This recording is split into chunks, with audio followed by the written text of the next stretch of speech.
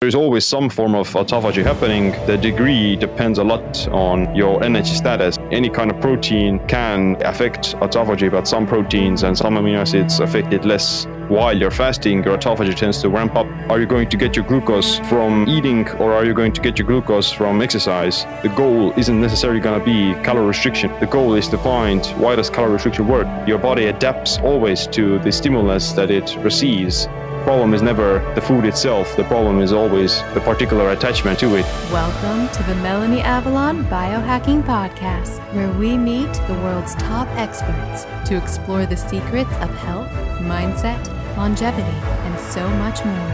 Are you ready to take charge of your existence and biohack your life? This show is for you. Please keep in mind, we're not dispensing medical advice and are not responsible for any outcomes you may experience from implementing the tactics lying herein. Are you ready? Let's do this.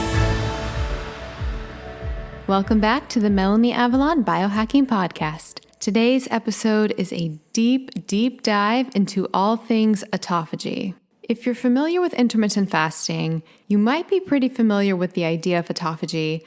We talk about it all the time on the Intermittent Fasting podcast, but I think autophagy is pretty misunderstood. People think it's either on or off, and it's honestly very fascinating. You know it's a good conversation when you have it one time, and then you're down to have it again. You'll see what I mean by that. The show notes for today's episode will be at melanieavalon.com/autophagy.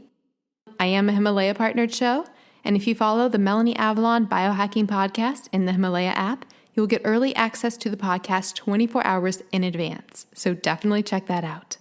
Also, please join me in my Facebook community group, that is Paleo OMAD Biohackers, Intermittent Fasting plus Real Foods plus Life. It's a wonderful community for discussing all the things. If you have any questions about autophagy or anything we discuss on this episode, that's definitely the place to talk about it, along with anything else you'd like to discuss. I'm also trying to be more active on Instagram. It's a personal goal because Instagram kind of terrifies me, as you know, but definitely follow me at Melanie Avalon. I'll be posting more about all of the biohacking things, supplements I like, food, random musings, just all the stuff. I hope everybody had a fantastic Christmas. Merry late Christmas to everybody. Happy holidays.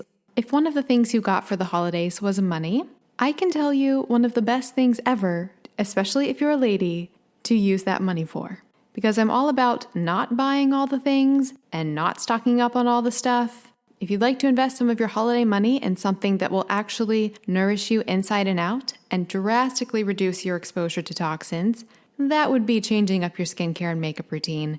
I am obsessed beyond belief with Beauty Counter. They make non-toxic beauty products that are nourishing for your skin inside and out. I've switched all my makeup over, and it has been the best decision ever. I am a makeup fan, so I'll tell you my favorite makeups. If you're an eyeshadow fan, get their Velvet palette and the Romantic. And if you want like a staple red lipstick, they have an amazing red lipstick. It's just so wonderful. And if you do like it, I really recommend you become a Band of Beauty member. It's sort of like the Amazon Prime for non-toxic skincare. So with that membership, you'll get an enrollment gift, which honestly pays for the membership. You also get 10% back on all purchases, which is awesome, as well as free shipping. Definitely join it. It's the best. Also, if you'd like more on the science of skincare, as well as the latest discounts and special giveaways from me, definitely get on my email list for that. That's at melanieavalon.com/cleanbeauty. Also, if you're feeling a little stuffed from the holidays, maybe looking to clean up your diet for the new year, want to make some changes in what you're consuming, I cannot recommend enough that you check out ButcherBox. They provide easy, affordable access to grass-fed, grass-finished beef, heritage breed pork, free-range organic chicken, and wild-caught sustainable seafood. They do everything I'm looking for providing access to quality meat and seafood while also supporting the environment. And they have an amazing offer for my listeners.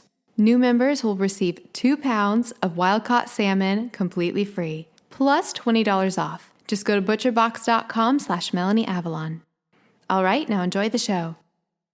Hi friends, welcome back to the show. So I am so excited to be here today with somebody that I feel very familiar with, and I feel like we've been here before. That is Siim Land.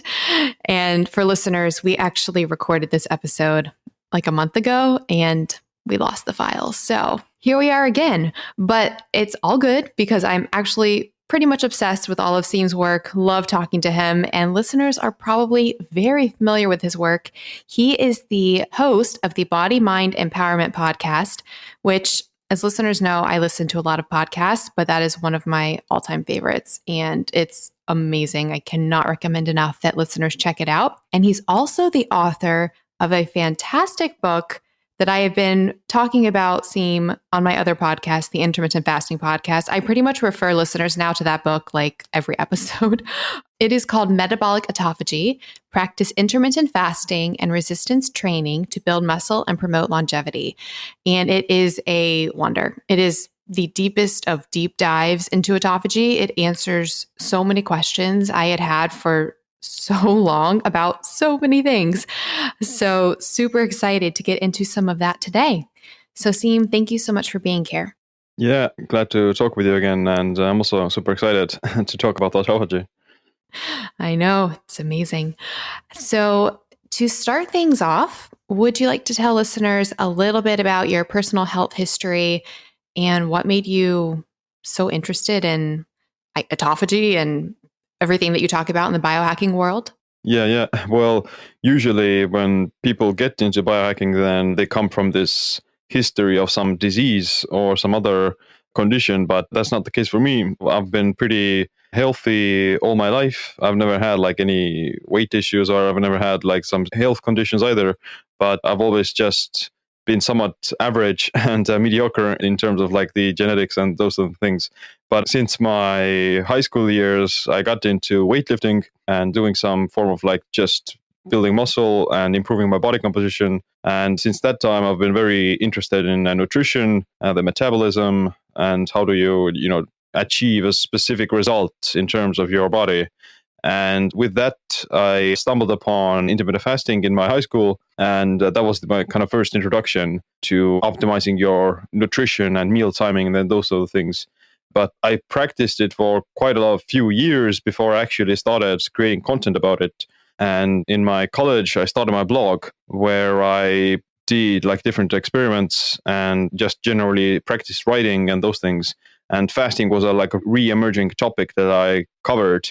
And since that time, I've just gradually gotten more into the science of it, as well as more of the physiology. And eventually, I just decided to write a book about autophagy, because autophagy specifically, because at that time, the kind of trend of autophagy has been growing for quite a few years, but there's still like a lot of misconceptions about it, and people don't know exactly how it works.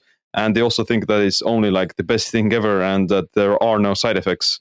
Whereas if you actually look into the research, then there are a few side effects, and it's definitely not like this, black and white solution to everything. So yeah, that's why I wrote the book, because the goal of the book, Metabolic Autophagy, is to kind of bridge this gap between achieving, let's say, optimal muscle development and longevity with the help of intermittent fasting. So how do you get the benefits of autophagy while at the same time still being able to train and improve your body composition and maintain leanness, so to say?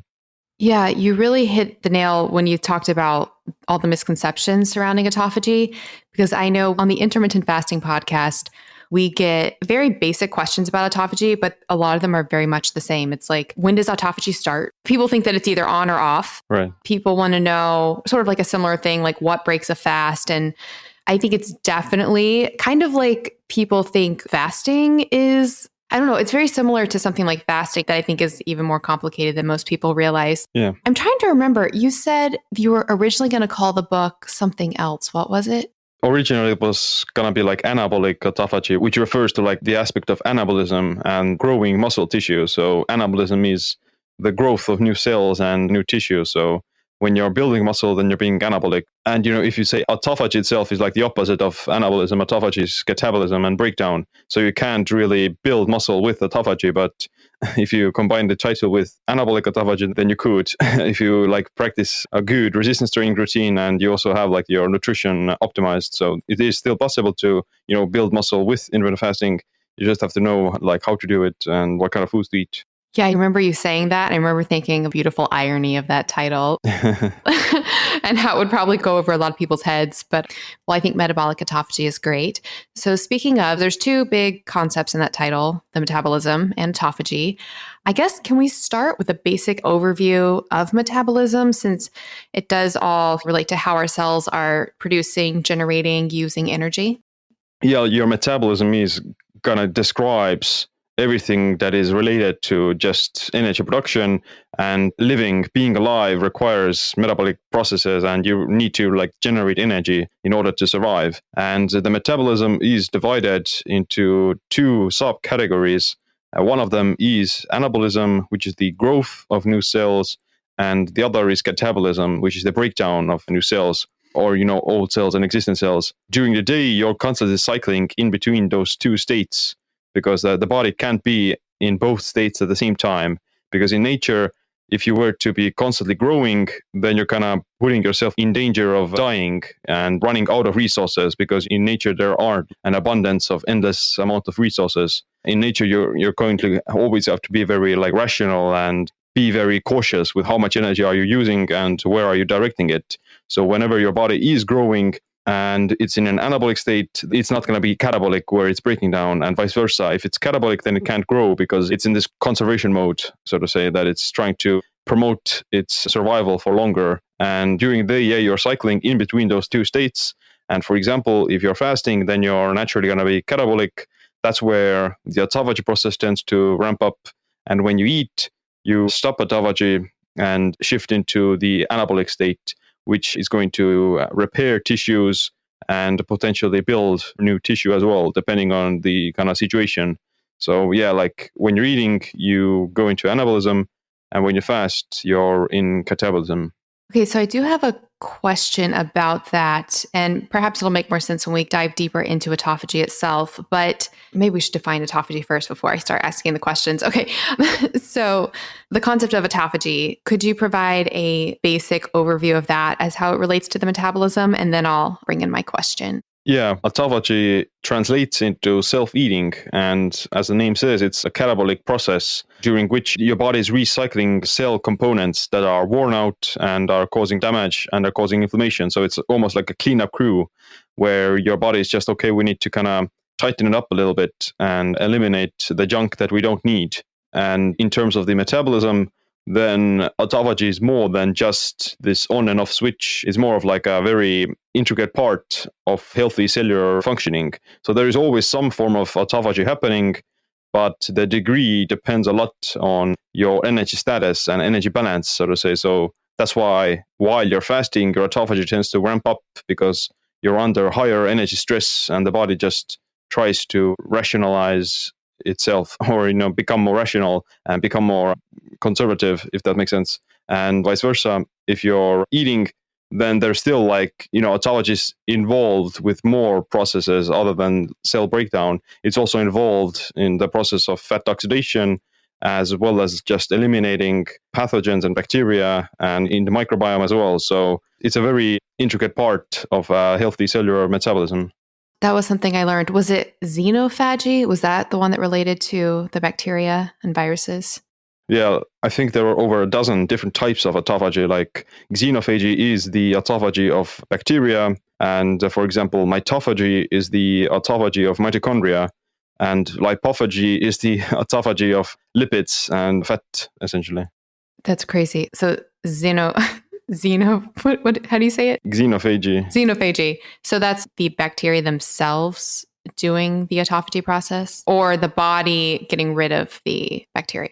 Yeah, the body is getting rid of the autophagy. Like the process of autophagy is mediated through the formation of autophagosomes, which are like lysosomal, structures that essentially engulf the particle or the bacteria or the mitochondria that is about to be eaten, and they engulf it. And the lysosomes are essentially like garbage bins, or they contain different enzymes that break down those ingredients. And autophagosomes are essentially just these formations that break down those nutrients or these ingredients and then release them as energy and particles. Gotcha. Love it. Love the idea of cleaning out some of that stuff out of your body. Okay, so that brings me back to my question. I don't know if I can express this correctly, but You were talking about anabolism and catabolism and how it's one or the other, so they're not existing at the same time.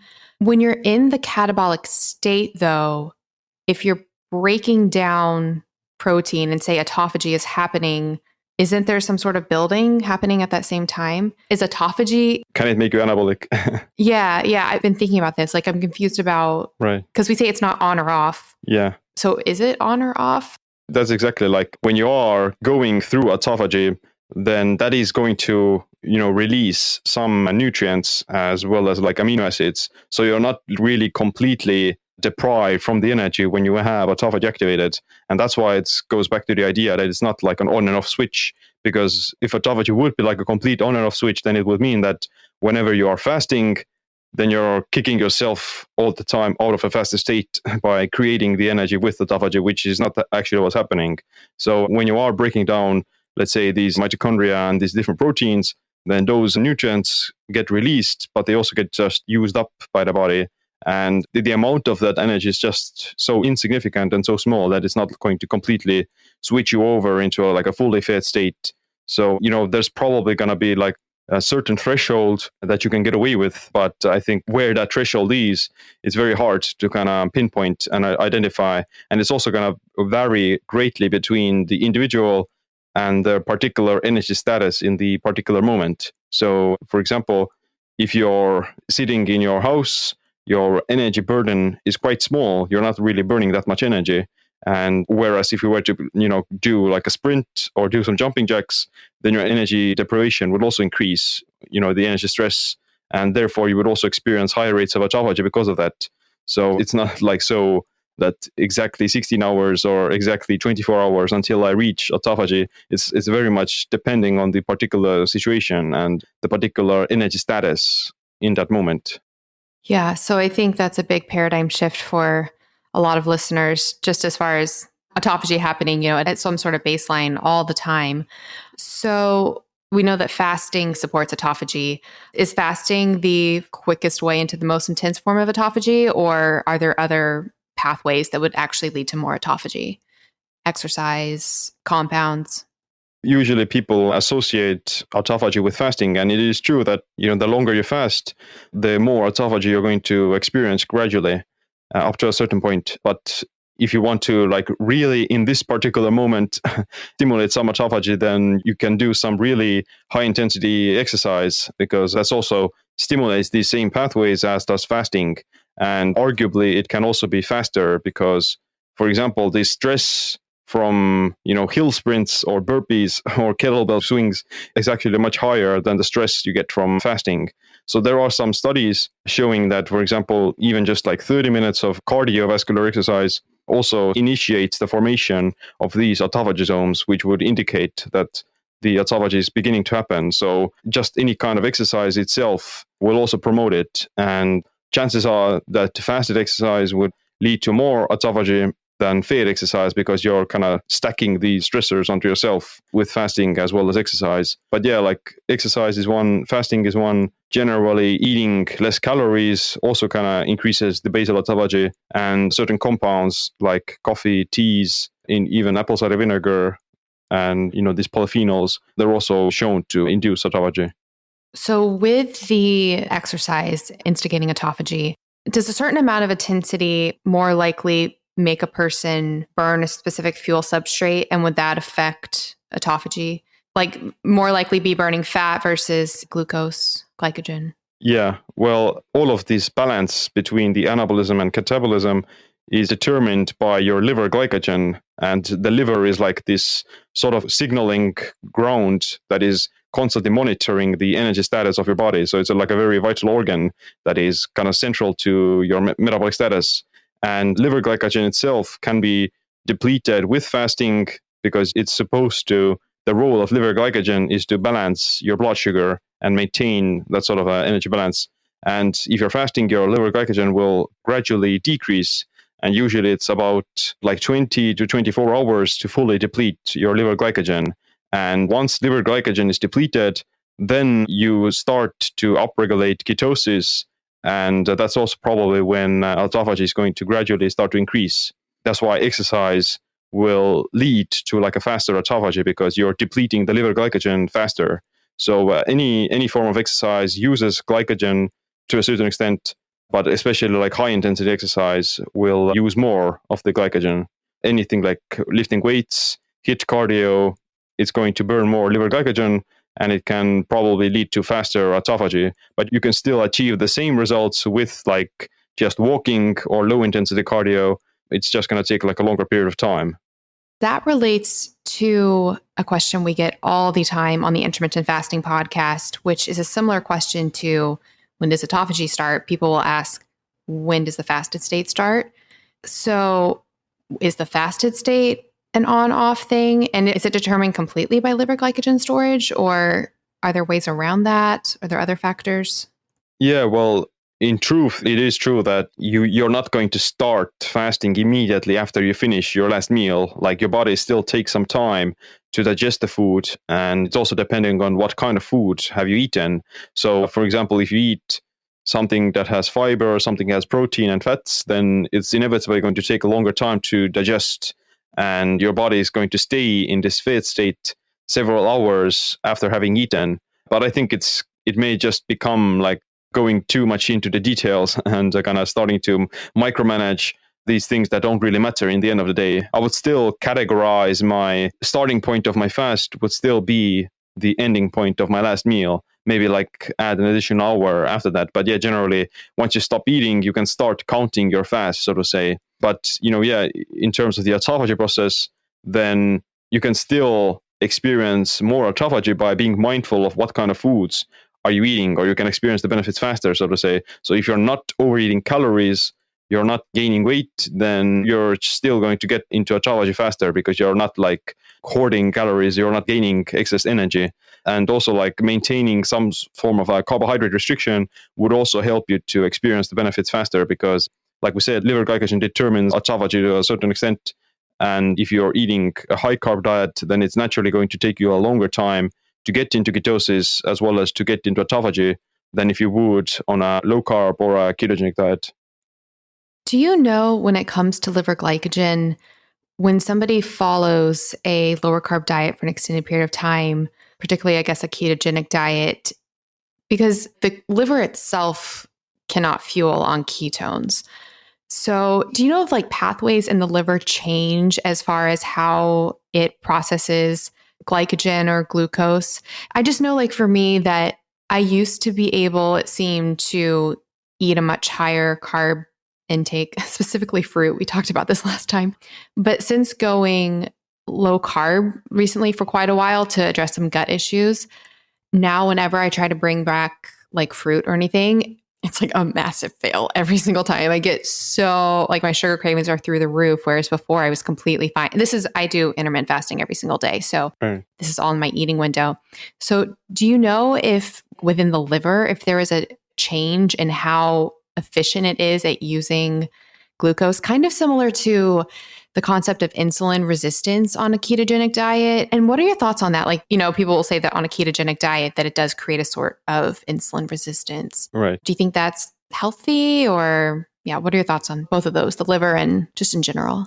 I do think that it probably changes some aspects of how your body uses fuel, especially glycogen and glucose. So generally your glucose demands would drop if you're going on a keto diet and you're decreasing your carbohydrate intake.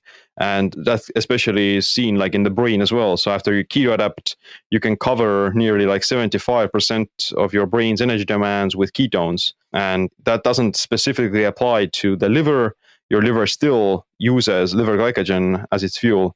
But, liver glycogen can be created from a lot of different substrates besides glucose or fructose. You can create glycogen even while fasting. For example, like you're converting fatty acids or triglycerides into glucose through the process of gluconeogenesis, as well as amino acids. And lactate even can also be converted into glycogen. So you don't even have to eat anything to refill your muscle glycogen or liver glycogen for that matter. You can just burn your own body fat. And as you become more keto adapted, or as you go into deeper ketosis, that process essentially just becomes more efficient. So even though, let's say, you may not be eating a lot of carbs, your liver glycogen tends to be still somewhat self-regulating, and it's maintaining this sort of I'm not sure to what extent can you feel it.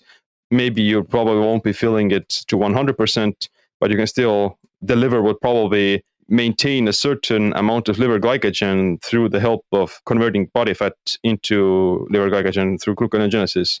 But I'm not exactly sure like what's the amount or what's the threshold specifically. But it is true. Like you can just convert your other fuel substrates into glycogen. So the body is very efficient with that. In terms of the insulin resistance, if you stay in ketosis for a long period of time, then you change these metabolic processes that prefer more ketones and fatty acids for fuel, and you kind of start to use your ability to metabolize glucose by becoming slightly insulin resistant. And generally, it's more of like survival response for that sort of glucose starvation. Your body just starts to prioritize the glucose for the brain. So it's kind of waiting that, okay, we haven't had glucose in a long while. So whenever we do get it, the next chance we have, we're going to allow the brain to get the first dose of glucose, so to say, that we wouldn't have like the muscles and the liver sucking up that glucose and kind of stealing it away from the brain. So it's a physiological adaptation to glucose starvation that essentially helps the glucose to be transported into the brain instead of the muscles. So the muscles themselves just become insulin resistant in that particular moment when you do introduce the glucose. But it's not like pathological insulin resistance that is going to lead to disease or something. Like maybe not be a good idea to start eating a bunch of carbs if you've been keto for like several months and weeks. You may want to kind of gradually reintroduce them to break that insulin resistance and allow the muscles to become sensitive to glucose again. But it's more of like a thing that the body just has to change its metabolic processes. And insulin resistance itself isn't like a massively bad thing in that context.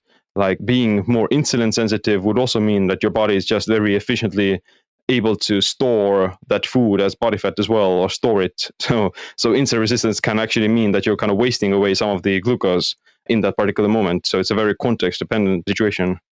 Yeah, I definitely can see that it is very context driven, like you said. Do you think there is, because people often say that, especially with like gluconeogenesis, even though it gets the job done pretty well, creating the glucose and glycogen that's needed, some people say that's a stressful situation for the body.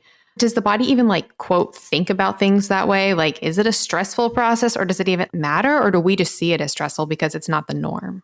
Right. Well, I don't think it's like a really big stressor. So it does make sense that if your body has to go through like an extra step in order to create glucose compared to just getting it from food directly, then I don't think it's still not like a huge issue in terms of like your general health. Like the burden of gluconeogenesis isn't really there. It's just the only kind of downside for that would be that you're wasting more energy, like you're burning more calories for the gluconeogenesis process to take place, but it's not going to have like a negative health outcome. And the amount of ATP generated from glucose is still small than the amount of ATP generated from fat or ketones. So you can also argue that just eating glucose itself can be like a quote unquote stressor because you're getting less energy from it compared to something like fat or ketones. And another example as well in the context of gluconeogenesis, like when you're exercising, you're lifting weights, your body also goes through gluconeogenesis by converting lactate into glucose. So high-level athletes who are carb athletes, carb adapted, they're also experiencing massive amounts of gluconeogenesis, especially during exercise. So you can choose, okay, are you going to get your glucose from eating or are you going to get your glucose from exercise? And arguably the exercise proportion is generally healthier and it's kind of more efficient in that manner. It's true. I remember reading that in the book and I was like, that is fascinating. I've been familiar a little bit about the role of lactate and how I think the brain the brain likes lactate, right, as a fuel source.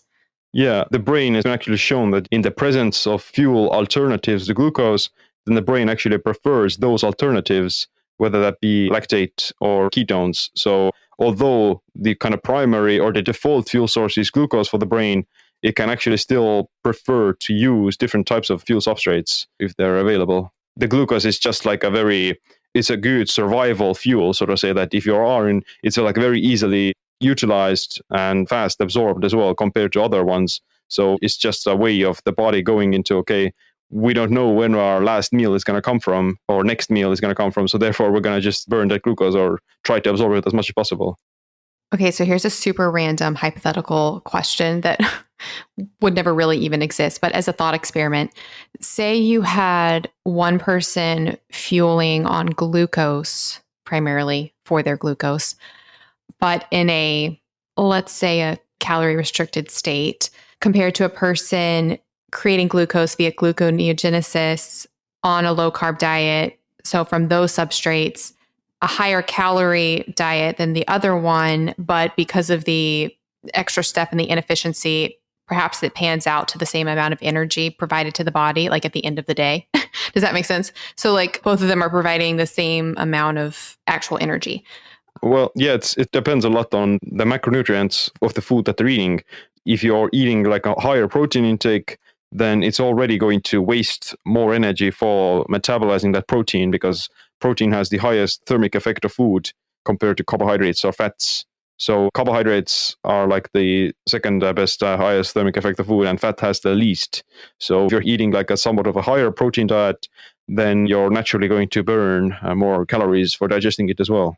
Yeah, and where I'm going with that, you actually touched on it, is between those two situations, is one of them actually more inflammatory? Is it an inflammatory state to be generating excess energy that's wasted? Right. I've been like wondering that for so long.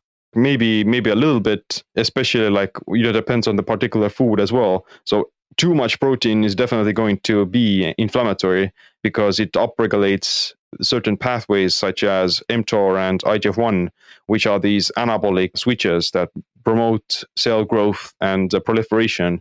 So if you're constantly in an like overabundance of energy and you're growing too much, then the body kind of tries to mitigate that by triggering inflammation and trying to deal with it. So too much, growth is not good because it can promote inflammation, but it can also be linked, or it can also lead to the proliferation of, malignancies and cancerous cells as well. So, just because of that, you don't really want to overdo the anabolism as well. And, too much protein is a stimulating factor for anabolism. Do you know if it caps out the amount of protein creating the amount of anabolism? What I mean by that is, say you're doing intermittent fasting and one person eats, 100 grams of, well, we'll say the same person to make it a better control. So a person eats, 100 grams of protein in one meal. Will that make mTOR stimulated for like a certain amount of time compared to if they ate 500 grams of protein? Or is it not really about that? Like if it's in an intermittent fasting pattern? I'm just wondering if you can like eat so much protein like in your one meal a day that could you be anabolic the entirety of the next day? Well, first of all, I want to go back to the idea that mTOR, it has a point of diminishing returns. So it's not a linear progression that the more protein you eat, the more mTOR you're going to stimulate, because the body can only handle certain amounts of muscle protein synthesis at a time. And usually it's said it kind of maxes out around 30 to 40 grams of protein per meal for the muscle protein synthesis. And that's why with fasting, you can't really overstimulate mTOR because you're eating at a smaller frequency. So if you are eating only 2 times or once a day, then the amount of mTOR stimulation is still, you do it 2 times. And maybe if you eat like a larger amount of protein, for example, like 100 to 200 grams, then the protein is going to stay in your system. You're going to digest that protein over a slower period of time for like several hours afterwards. And that is going to gradually keep you in this, semi-anabolic state. But if you were to try to, if you were to compare that to eating maybe 3 to 4 times a day, then the amount of mTOR stimulation would be higher because you're eating more frequently. So mTOR is primarily determined by the eating frequency as well. So you can't overstimulate mTOR in one particular situation because the body puts a limiting factor on itself. So you're not going to grow the more protein you eat. The way you overcome this limit is by having more frequent meals. So that's why, bodybuilders and fitness competitors, they eat very frequently. So they want to keep themselves in this anabolic state of growth for longer and for more frequently. And, compared to fasting, the amount of mTOR stimulation would be smaller because you're doing it less frequently. Hi, friends. I hope you're enjoying this conversation with Siim Land. I wanted to take a brief moment to tell you about an amazing compound that can help so many issues that people struggle with today, and that is CBD oil. I've done a lot of research on CBD, and I cannot express enough how amazing it is for health. CBD has been proven in scientific studies to greatly reduce anxiety, pain, and sleeplessness. But scientific studies aside, personal experience from me, from my co-host Jen on the Intermittent Fasting podcast, from so many people, really has shown that to be the case. CBD can help regulate your natural cannabinoid system so that you respond better to pain. And it does all of this without any addictive potential. It actually makes your body work better. On the one hand, it's sort of awesome that CBD is becoming all the rage because it is such a wonderful compound for health. That said, it's kind of a problem because it's led to a lot of CBDs that are not tested and are quite often filled with impurities and toxicants. Problem. That's why I was super specific in the CBD company that I chose to use personally and partner with for the podcast. Trust me, a lot of brands wanted to partner with us, and I kept just being like, nope. And then I found Feels. Actually, they found us, but it worked out really well. They meet all of my criteria. They're organic, they're tested, they're full spectrum, and they're made with only an organic MCT oil carrier. They are the bomb, and they're super effective. I personally use Feels for sleep, reduced anxiety and inflammation.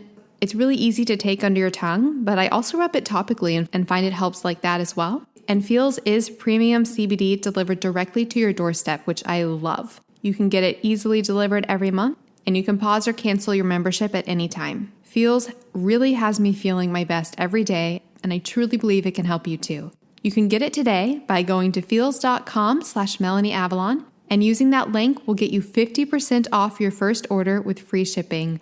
I actually honestly, from the bottom of my heart, think out of all the sponsors that I've worked with that this is one of the best offers out there, hands down. Again, that's feels.com/MelanieAvalon, feals.com/MELANIEAVALON. And using that link, you'll get 50% off your first subscription. So definitely check that out. One more exciting announcement. I did just update my app, Food Sense Guide. It's an amazing resource if you are challenged with reactions to foods. It compares compounds naturally found in foods that people often react to, things like salicylates, histamines, oxalates, whether or not something is a nightshade. And I just updated it to include gluten, FODMAPs, and lectins, which is super awesome. It shows all of that for 300 plus foods. It has information about the compounds, abilities to make personal lists, and so much more. I'll put a link to it in the show notes. All right, now back to the show. That touches on one of the big questions / potential myths that is out there that we get all the time is because the body can seemingly only, quote, process a certain amount of protein at one time. I'll let you talk to whether or not that is a myth. Do you need to be taking in protein all throughout the day, or can you have all of your protein in one meal? Right. You could, depends on the goals. Like if you want to really maximize muscle growth, then yeah, it's probably a smarter idea, or it's just more effective and faster to eat more frequently.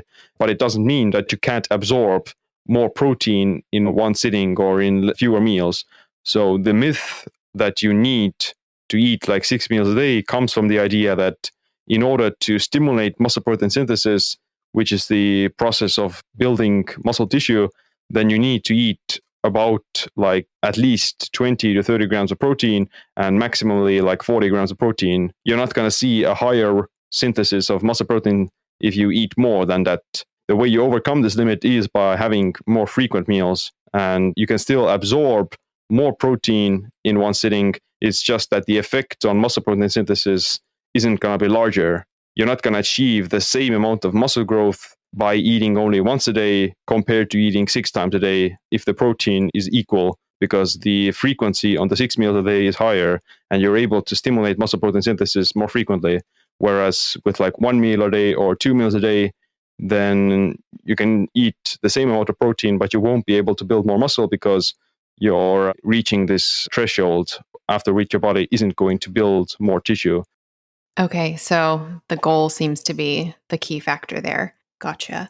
Right. Yeah, it's for the person. And for example, let's say recreational lifters and those people who don't have like specifically professional goals, then for them, it's a few studies have shown that, for example, women specifically eating their entire days of protein within 4 hours, then they don't see like decrease in lean body mass. So they're not losing muscle. So that's at least, you're not going to be losing muscle even if you eat your entire days of protein in a shorter window.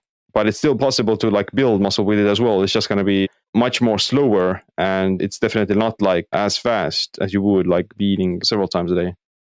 Okay. Sort of similar to that. It seems like adding in extra protein to one's diet, especially if their goal is weight loss specifically, that often has a beneficial effect due to, increased satiety, also the less likelihood of it being stored as fat, the excess protein, thermogenic effect.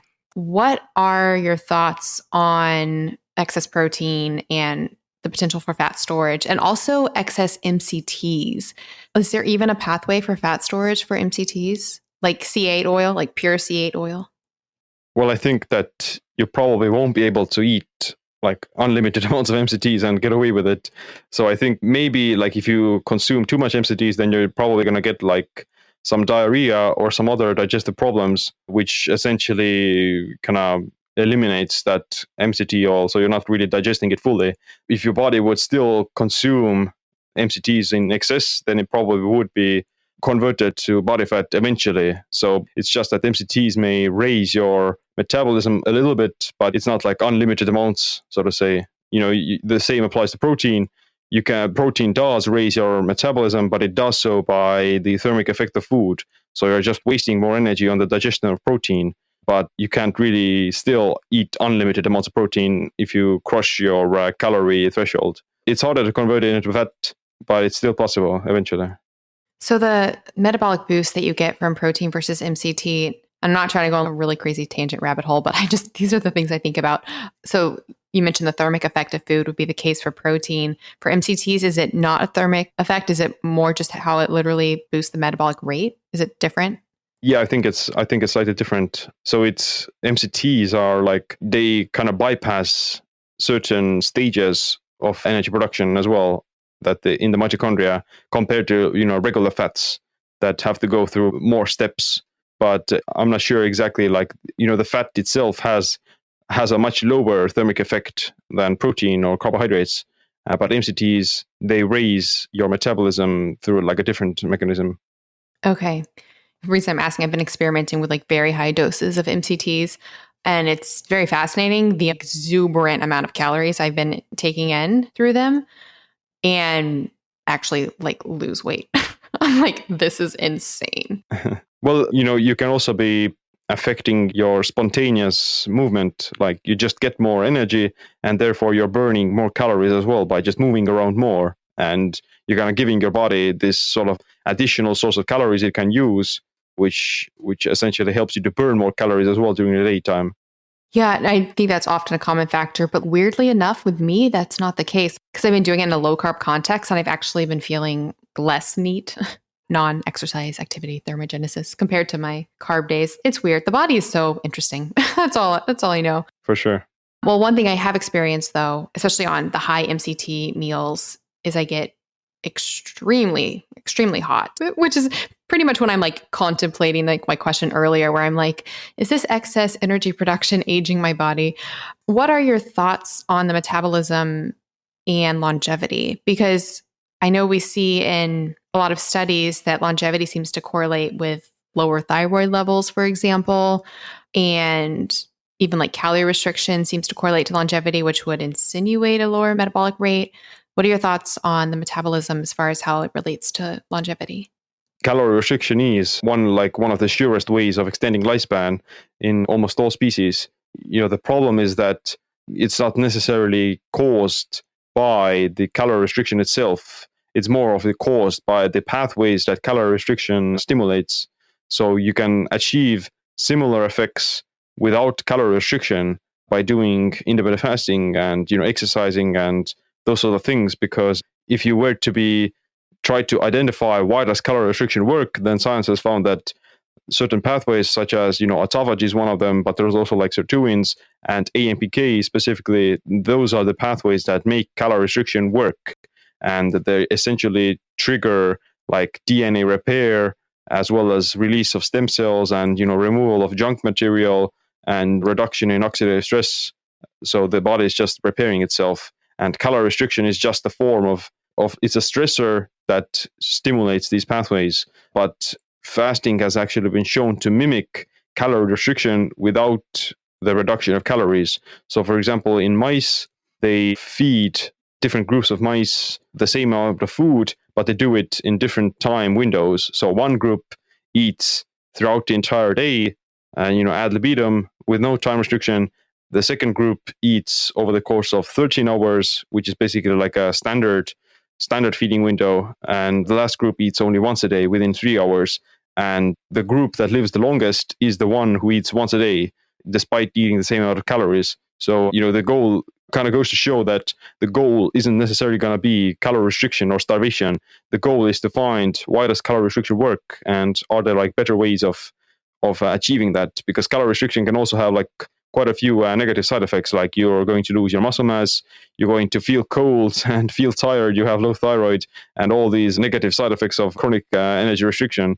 So you don't necessarily have to, the main point is that with fasting and time restricted eating, you're going to essentially gain the benefits of calorie restriction without having to reduce the calories that much. Or, it would be still a good idea to not overeat calories, but you don't probably have to go into like this severe malnourished state to reap those benefits, as long as you confine the eating window. Because when you're fasting, you're experiencing higher rates of autophagy and higher rates of sirtuin activation anyway than if you were to be eating, because even if it's calorie restricted, because the fasting is like a more potent stimulus, it's like a higher energy stressor. So even like exercise as well. So if you combine some form of time restricted eating with exercise, then you probably don't have to like restrict your calories, that much. I think that's a huge paradigm shift, especially in the intermittent fasting world. And there's been this ongoing debate for so long about whether or not the benefits of fasting are purely due to calorie restriction. I feel like every other study is asking that. Yeah, well, calorie restriction is a part of it. Like if you were to be overeating with fasting, then you're probably not going to see those effects. So you probably have to stay around somewhere your maintenance or something like that to see like a positive effect. You think so? You think even with the fasting could mitigate some of the negative effects of overeating? Like if you overeat within time restricted eating or intermittent fasting, then the metabolic side effects would be smaller than if you were to do it over the course of the entire day, because you're mitigating the damage with extended periods of fasting. So if you eat one meal a day with McDonald's, then it's probably less harmful for you than if you were to be eating McDonald's 3 times a day, even if the calories are the same, because you're kind of suppressing the inflammation with the fasting period. Whereas if you're eating, 3 times a day with McDonald's, you're keeping your inflammation high chronically and kind of all the time. Oh my goodness, 3 times a day with McDonald's. Not the best situation. Well, that's how most people eat. I know. I'm not judging. I'm just saying, like, I just know how it makes me feel personally. And it's really nice to be freed from that, especially with intermittent fasting. There was one study, and I'm going to have to track it down, and I don't remember. I think it was in a book that referenced it. So it's probably going to take me a while to find it. But it was talking about comparing, I don't know if it was rodents or people. It was probably people, because it was comparing, quote, healthy foods eaten throughout the day compared to, unquote, unhealthy foods eaten in a intermittent fasting or a time restricted eating pattern. Right. Yeah. I think it's one of the mice studies that have been done with time restricted eating. Like a lot of these quote unquote high fat diets in research are just like processed food diets with high amounts of carbs with fat. So it's basically like a McDonald's diet for mice. And they see that, like the mice who eat over the course of like 8 hours the same junk food diet, then they're still healthier and they have less body fat than the mice who eat the same diet, the same McDonald's diet over the course of like 12 hours or the entire day. So like the confinement of the eating window shows, that the mice are still healthier despite eating a bad diet. Well, there was one study that it was slightly different because it compared the unhealthy diet in a fasted pattern to a, quote, healthy diet in a non-fasted pattern. And it actually saw benefits with the fasting, which was like shocking. I'm going to have to track that one down. That makes sense because, any kind of eating trigger some inflammation because you're having to, metabolism itself always creates byproducts of inflammatory cytokines and oxidative stress. So if you eat a lot, that goes back to the idea of does having a high metabolism or a low metabolism determine your lifespan. So if your metabolism is super fast, you're burning a bunch of calories, then you are inevitably going to create slightly more oxidative stress because of metabolism being revved up more frequently.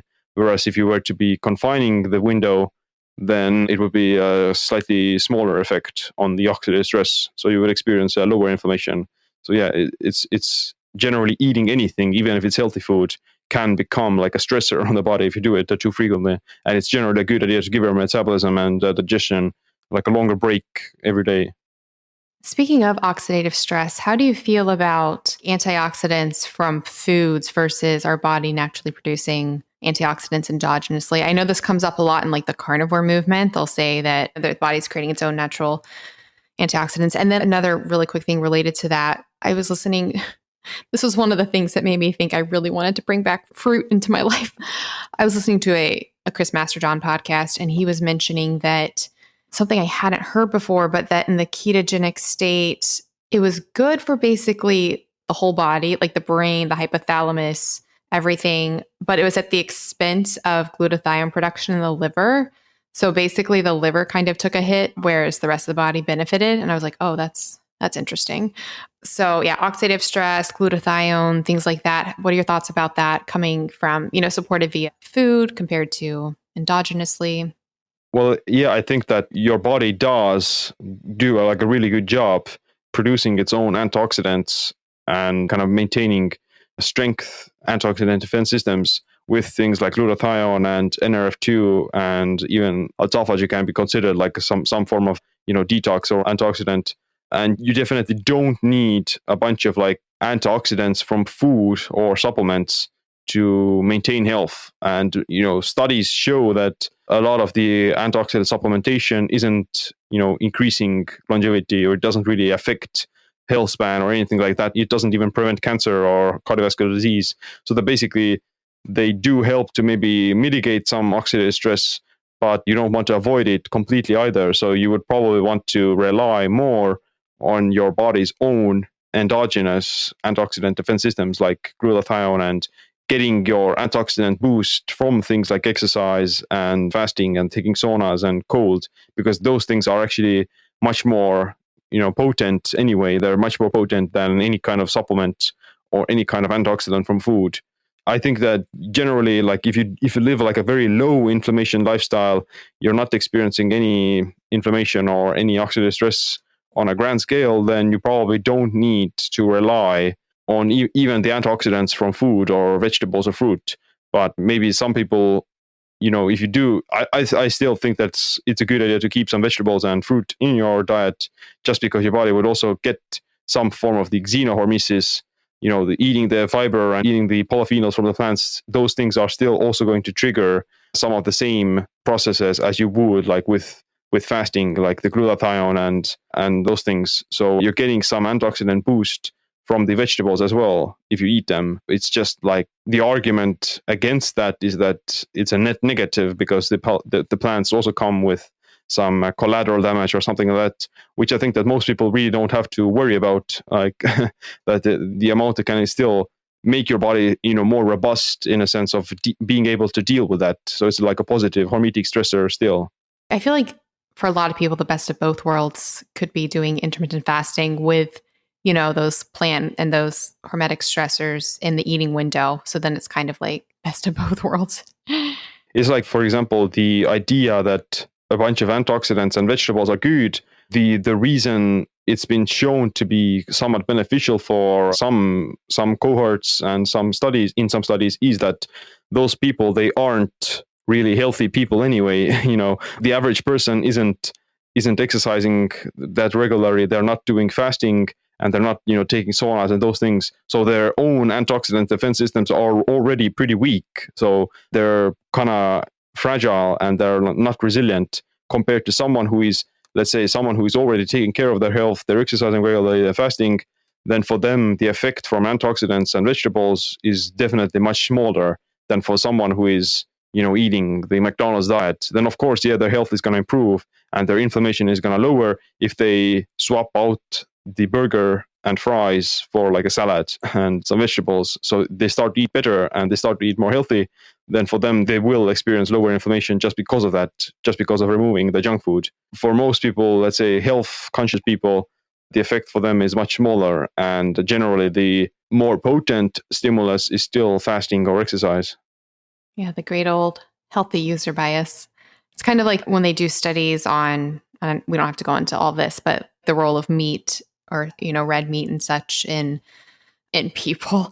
And I like when they do the studies though, where they do it. I think they did one like recently where they compared people who specifically shopped at like health food stores. And when you look at those type of people, like the meat eaters versus the non-meat eaters, there's like not a difference in the health outcomes. I'm starting to believe that the food itself doesn't have like a huge impact on your general health anyway. Like the bigger impact actually comes from either fasting or exercise and saunas and those things, like the hormetic stress, because the food itself, although it's a very important factor and you can't really, let's say, out-exercise a bad diet, it's still possible to a certain extent. For example, like we talked about earlier, that if you're fasting and you're eating a junk food diet, then you can still be healthy just because of the fasting, that the fasting is going to kind of counterbalance the negative effects from the diet. So the diet itself doesn't have to be even, the most pristine diet, and it doesn't really have to be that clean as long as you're counterbalancing it with like exercise and those things. It's not like even what you eat that matters. It's like when you eat it and when you fast. Exactly. Like I think up until recently, people have been thinking it's all about the food or the fast, whereas especially with like the work of David Sinclair, and I know we both have had him on our podcast recently, it seems to be, like you just said, the genetic factors, the genes and everything, and the pathways are getting activated from the fasting, which you can also get from all these other practices. Speaking of, so super random, have you started, because I think last time we talked, had you used NMN? Yeah, I did. I'm using the Quicksilver Scientific NMN with trimethylglycine. So yeah, I've been using it. It's been good. Yeah. So 2 questions about that. Because when we talked, I hadn't started taking it yet because I was interviewing David Sinclair like the next week. And I was like, I'm going to ask him about it. I have the same version as you. I've been noticing a lot of benefits from that, which for listeners, it serves as a precursor to NAD in the body, which I think also has, a huge, huge effect just with everything we're talking about with longevity and genetics and our body dealing with stressors and inflammation and everything. Super random question though. So it gets formulated with TMG, which you mentioned. This is kind of like a few different questions here that we can go with. Okay, TMG, is it just a form of glycine, basically? Yeah, basically, yeah. Basically. Okay, so glycine and leucine and all of the scenes, methionine. What are your thoughts on how those different types of protein affect longevity, affect autophagy? And do they all, I know like leucine seems to be the most potent stimulator as far as like breaking a fast, but the methionine seems to be really correlated to mTOR. What are your thoughts on all the different branches of amino acids? The amino acids, there's different types of them, and generally like the branch chain amino acids are more anabolic, so to say, that they're more used for muscle protein synthesis. And you mentioned leucine. Leucine is the key amino acid that dictates muscle protein synthesis and mTOR activation. Generally, like foods that have higher amounts of leucine are, almost all foods that have protein have it, but generally animal protein and eggs and fish and those things have more leucine as well as methionine. So methionine is the most abundant amino acid that you can't really avoid fully, but generally plant foods have less leucine and less methionine. But any kind of protein can, let's say, affect autophagy, but some proteins and some amino acids affect it less. So glycine is one of those things that has like a less of an effect on autophagy and mTOR because it's not like mTOR stimulating. Generally, I think I've seen some research showing that it can also stimulate autophagy a little bit, but it's probably, again, like in small amounts because glycine can help with lowering the balance between methionine and glycine, so to say. So if your methionine is high, then it's an indication that your mTOR is also going to be somewhat elevated because methionine is like a growth, one of these anabolic amino acids, whereas glycine isn't so much. And with higher amounts of glycine, you can essentially counterbalance the negative effects of too much methionine. So that's how it kind of affects the energy balance of your body. Okay. Yeah. It's sort of a selfish question coming from me because like I'll take that in, I can never say it, Inamin. I've been taking it during my fast, but I've been wondering because it's formulated with TMG if that was a problem. It's not that, at that point, it's not like a big problem. And the reason why it's combined with TMG has to do with methylation, actually. So if you are taking NAD precursors, whether that be NMN or nicotinamide riboside, then you're losing some of your methyl donors in the process because they consume your methyl donors. And one of the methyl donors is TMG. So you're kind to essentially give yourself back the methyl donors that you lose by taking these NAD precursors, and you're supplementing them so that you wouldn't run out of the methyl donors themselves. So if you run out of, if your methylation starts to decrease and suffer, then you're just going to actually feel less energized. You're going to actually feel more of like an energy crisis, which is the opposite that you would want to get from taking NAD. So that's why it's combined with TMG, so that you avoid the situation where you're losing your methyl donors. Okay, gotcha. So I can feel good about that one. And for listeners, I'll put a link to that one that we both take in the show notes. And I actually have a discount for listeners if they, on any of the Quicksilver products, I think it's a 10% discount. So definitely check out the show notes for that. And which actually, have you taken their Keto Before 6 supplement? Yeah, I have, yeah. So that's another one. I just started taking it recently. And I wanted to ask you about it because I feel like, okay, it's so funny. So on the intermittent fasting podcast, every single day we get a question emailed to us like, does this break my fast? Does this break my fast? And we always just kind of laugh. But now I feel like I'm asking it of myself, like with the Keto Before 6, I'm like, does this break my fast? I was looking at all of the ingredients in it. And, it's a lot of ingredients that you actually discuss in your book, which seem to, actually encourage autophagy. So I am wondering, taking things during the fast, like I think it has like, berberine, quercetin, resveratrol, things like that. What are your thoughts on stuff like that to take in the fasted state? Yeah, I think that they definitely wouldn't break autophagy, and some of the ingredients can actually stimulate it, like you mentioned berberine and those, and essentially taking them in a fasted state would in a way speed up the process of going into autophagy and ketosis. So that's the entire idea behind the product, is that you're going to take keto before 6 during the daytime, and you're not eating carbs, and that stimulates AMPK pathway, which in turn is going to speed up the depletion of liver glycogen and encourage the production of ketones. And then in the evening, you kind of break this idea. You're going to kick yourself out of ketosis by eating carbs, and you're going to be back in ketosis the next day by taking that supplement again, which can definitely work to a certain extent. And it does stimulate the autophagy process as well if you take it. Okay, very interesting. And that actually reminded me of something else I meant to ask way earlier. But do you know how long, because people often say that like amino acids from protein, they're not stored as energy substrates. Do they last in the bloodstream? Do they hang out in the bloodstream? Like, how does that work? So like when you eat meat or something, is it like the protein is either used as fuel and for growth, but then does it circle in the bloodstream? Yeah, like protein can't be stored for like a long period of time the same way as you can store body fat or glycogen. Protein is like a short-term energy source, or energy substrate that can be used for repair and growth and maintenance. So that's why like eating excess protein doesn't mean that you're going to store it and then your body's going to use it for later. But it does stay around in your system for slightly longer than people think that. Like we said earlier, you're not finishing your digestion after you stop eating. Like the food is going to be digested for several hours after you eat. And protein generally is like a slower digesting food.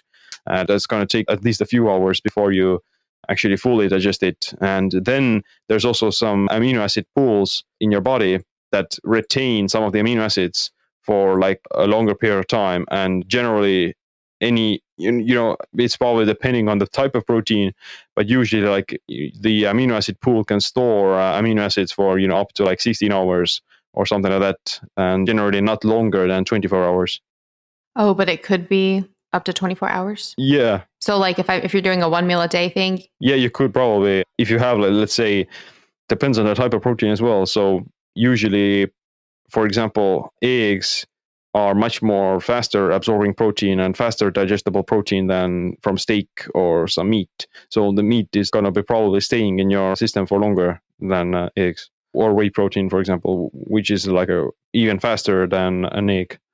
Yeah, that actually brings us to what I wanted to ask you next. Because I think just like autophagy, the whole myth that we started with at the beginning, that it's either on or off. With fasting, I think there's this idea that it's just like all meals are the same. You're in the fed state, so it doesn't really matter like the composition or the type of protein. But something that you talk about in your book is that there's actually levels of the potential for autophagy from different types of food. So you have like the high TOR and how much they stimulate mTOR. So you have the high TOR, the mod TOR, the low TOR, the InTOR, which is neutral. Then you have the ones that actually encourage autophagy, which was the high AT. ATG, yeah, like it's an abbreviation of autophagy proteins. In the book, I kind of outlined this scale for determining what's the kind of anabolic score of a particular food or the autophagy score of a particular food. And that is primarily determined by the amount of amino acids, specifically leucine, as well as carbohydrates, which are going to determine how much mTOR or how much autophagy are they going to stimulate. So high protein foods such as, like we mentioned already, eggs, fish, meat, those things are more mTOR stimulating, which is why I categorize them or call them as like high TOR foods.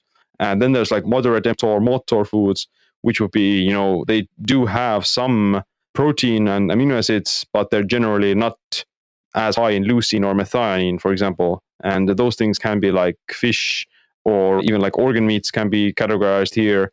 And even like plant-based foods like, some lentils or also carbohydrates, they can still stimulate mTOR and, switch you over from a catabolic state into an anabolic state. And for example, some neutral foods would be anything that I would, anything that doesn't really affect these processes that significantly, and they're somewhat neutral. And those would be, vegetables, and those things like fruit even can be put here. And the autophagy foods are things that stimulate autophagy, like coffee, apple cider vinegar, teas, some polyphenols, and even like, these adaptogens, medicinal mushrooms, berberine, resveratrol, and those things. I was fascinated reading it, especially the medicinal mushrooms, especially because I recently got a lot of samples of like the 4-sigmatic mushroom coffee. And I was like, oh, this is perfect timing. I can, read about it there. For listeners, it's really fascinating. I didn't realize one thing you mentioned was that like red meat, for example, I think it was a mod TOR, but you said that it's actually not that anabolic compared to eggs and some other things, which I think most people would be like, what? They probably think that like a steak is like the most anabolic thing there is, but really there were some other combinations that were much more so. Yeah. Well, it depends on like the amount of the food as well. So for example, a 3-ounce steak is probably less anabolic than 10 eggs, and vice versa. 1 egg isn't necessarily more anabolic than a 3-ounce steak. So it depends on the amounts as well. But usually, yeah, like the eggs are somewhat more anabolic and mTOR stimulating because they contain more leucine per gram and such.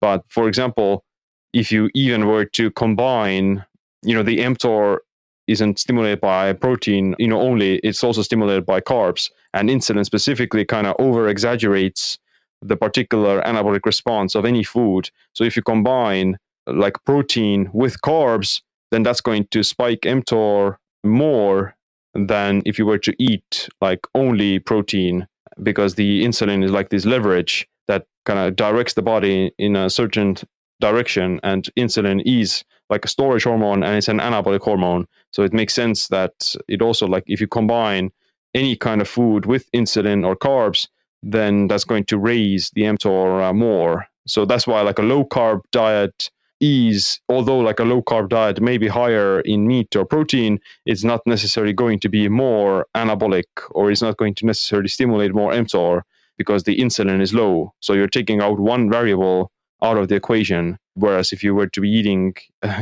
chicken breast and rice, then that would be still higher in mTOR and more anabolic, because you're getting both the protein and you're getting the carbs and insulin, which kind of combines the spiking together. Gotcha. For listeners, definitely check out the book, because Siim has this whole awesome list that goes through the different types of foods and combinations. It's so fascinating. I'm in all these categories.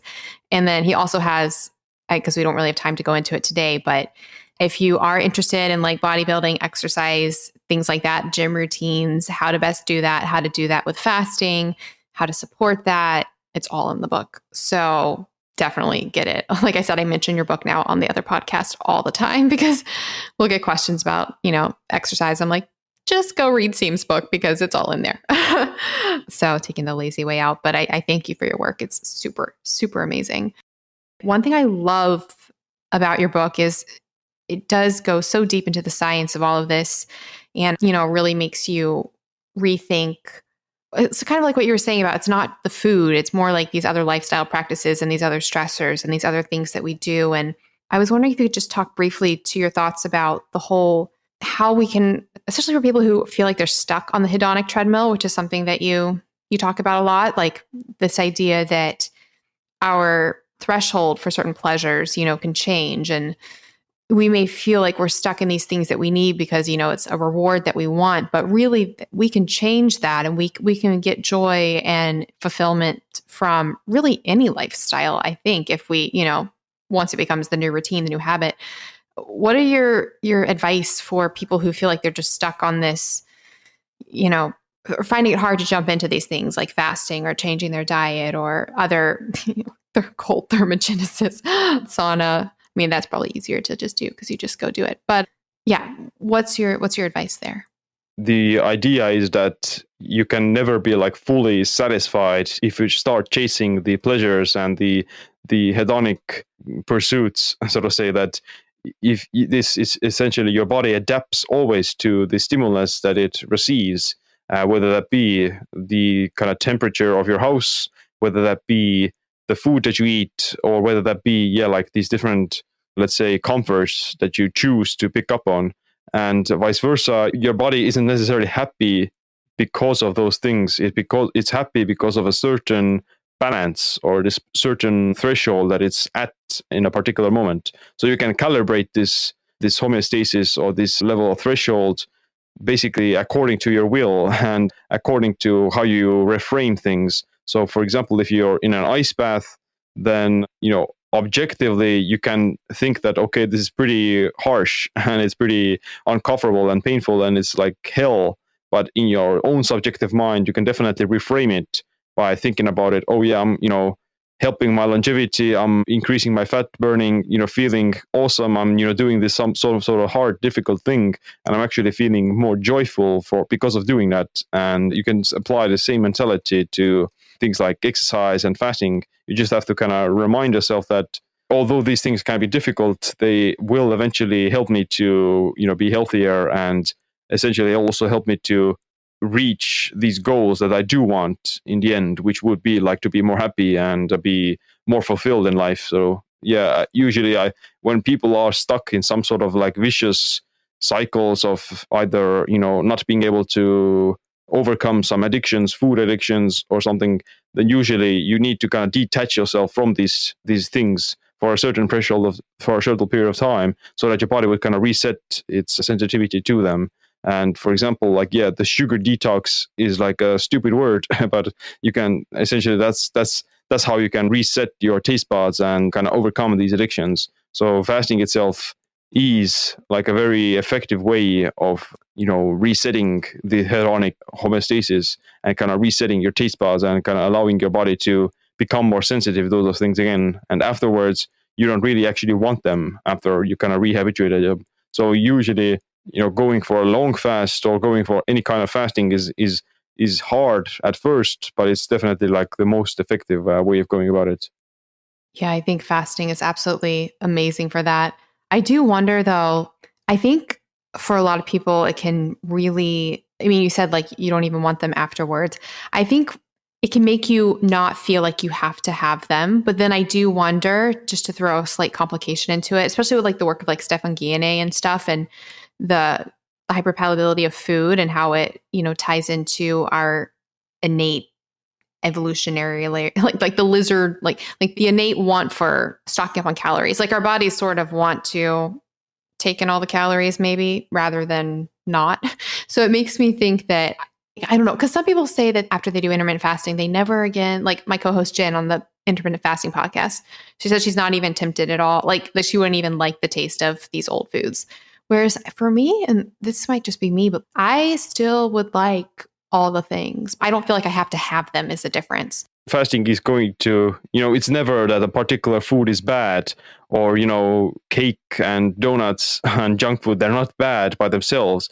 They're only bad if people overconsume them and if people are addicted to them. So you can still incorporate aspects of moderation and can still include them into your diet if you do it willingly and if you do it, deliberately. You're not doing it out of this addiction, or you're not doing it uncontrollable of I can't stop eating them. That's the problem. The problem, if you do it like, okay, I choose to have this food in moderation, then that's perfectly fine. And you can, like we said earlier, you can mitigate all the negative side effects with some form of fasting or something like that. Like there's nothing wrong with that. And the fasting itself is just going to detach yourself from the addiction for a certain period of time so that you can regain your kind of sanity almost, so that you can rebuild your self-control and you can teach yourself moderation afterwards. Because even if you are, helping yourself to avoid, let's say, you avoid these treats, these processed foods, but you're still not able to control yourself, then it's still not optimal. It's not an ideal situation, because you're still, although you're coping the attachment with fasting, you're not really completely free from it, because if you were to eat it, then you would kind of lose your sanity and you would like rebound massively. Whereas if you were to be able to, moderate yourself and practice, balance, then that would be still a better option than to completely avoid it. So the problem is never the food itself. The problem is always the particular attachment to it and whether or not you're able to control it. This is so true. So true. I think so many people think fasting, especially if they haven't done it, that it's restriction and that it's a state of wanting, when really, I think it can be complete freedom. It's wonderful. Which brings us to final question that I ask every guest on this podcast. And it's kind of perfect with what we we're just talking about, with the role of, the mindset and the attachment and, the voices in our head and everything like that. So I have recently come to realize just how important something like gratitude is, even, which is something really great that you can do while you're fasting. If you're struggling, switch from like just think of something that you're grateful for. So Siim, what is something that you're grateful for? Well, I would say that at the moment, I'm pretty grateful for just the kind of current state of humanity as it is, so that, most of the world is pretty safe and they're not really, in this dire living conditions, although, a lot of the world is, but it's still getting better. And at least like most of the Western world, you still have a roof over your head. You're not going to starve. Even if you try to do fasting, you still have like some security and such. So it's, in the past, humans were always exposed to the elements, and it was very like uncertain for them to live, and it was like very dangerous. Whereas in the modern world, you don't really have a lot of like dangers that you can, die to. And that's why it's like a good reminder that, yeah, like although modern people, we tend to whine a lot about these different things, it's still always better than it was in the past. So we have to kind of remind ourselves that there's a lot of things to be grateful for. That's a really unique answer. I really like that. Speaking of grateful, I'm ridiculously grateful for all of your work, your podcast, your book, everything you're doing. I think I've learned so much from it. And I know so many people are, and you're really making a stamp on humanity. So thank you for that. And thank you for recording again. Yeah. I feel so bad, but this was round 2. So thank you so much. Although I really like the way the conversation went. I'm like super happy. So sending out gratitude that hopefully this one worked this time around. So if listeners would like to, how can they best follow your work? I'll put links to your book, your podcast. How else can they follow you? Yeah, well, my website is siimland.com. There you can find some articles, more like in-depth, science and research. But on YouTube, Siim Land, And like my podcast is also Body Mind Empowerment with Siim Land. Are you on Instagram? Oh yeah, there you are. Yeah. I'm going to follow you on Instagram. I recently decided to try to be more active on Instagram. But yeah, so for listeners, I will put links to all of that in the show notes. And thank you so much. This was a really, really epic, awesome conversation. Yeah, it was good talking. Thank you so much. Thank you so much for listening to the Melanie Avalon Biohacking Podcast. For more information, you can check out my book, What When Wine? Lose weight and feel great with paleo-style meals, intermittent fasting, and wine, as well as my blog, melanieavalon.com. Feel free to contact me at podcast@melanieavalon.com. And always remember, you got this.